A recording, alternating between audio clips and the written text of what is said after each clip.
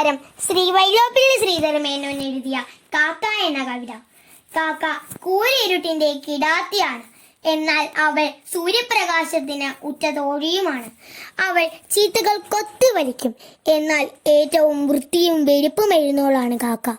കാക്ക അവൾ നമ്മളെ സ്നേഹിക്കുന്നു. എന്നാൽ തനിക്ക് കിട്ടിയ സ്വാതന്ത്ര്യം കളയാറി സൂക്ഷിക്കാൻ അറിയുന്നവൾ കൂടിയാണ് കാക്ക. നമുക്ക് കവിതയൊന്ന് കേട്ടു നോക്കിയാലോ.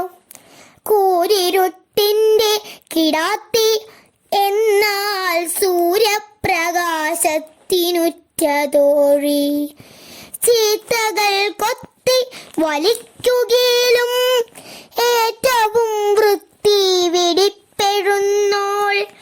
കാക്ക നീ ഞങ്ങളെ സ്നേഹിക്കിലും കാക്കണം സ്വാതന്ത്ര്യമെന്നറിവോൾ. പൊന്നു പുലരി ഉണർന്നെണീറ്റു ചെന്നു കിഴക്കൊടി പൂട്ടിടുമ്പോൾ കാണുന്ന വാനത്തു നാളികേര പോളൊന്നു വാടി കിടന്നിടുമ്പോൾ. മുത്തക്കും അത്താഴ വറ്റുവാനിൻ മുറ്റത്തു ചിന്നിയടിഞ്ഞിടുമ്പോൾ കേൾക്കാം പുളിമരക്കൊമ്പിൽ നിന്നും കാക്ക കരഞ്ഞിടും താരനാദം. ആരാണുറങ്ങുന്നതേൽക്കുകെന്നായി കാരണവത്തി തന്നുട്ടി പോലെ. പാടിക്കളിക്കട്ടെ നാലു കെട്ട് മാടത്ത തത്താകുയിൽ പിറാക്കൾ.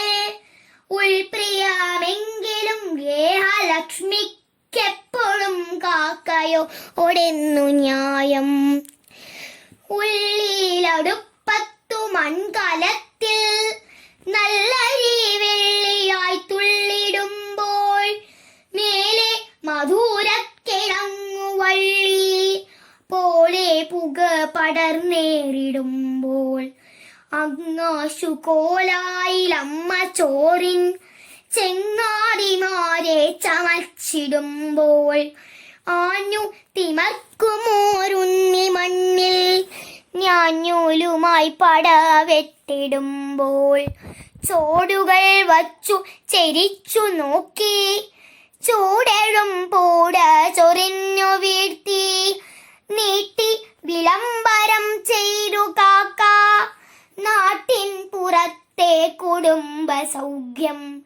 ചേലുകൾ നോക്കുവോൾ അല്ല ഞാനാ വേലകൾ ചെയ്യുവോളിക്കിടാത്തി.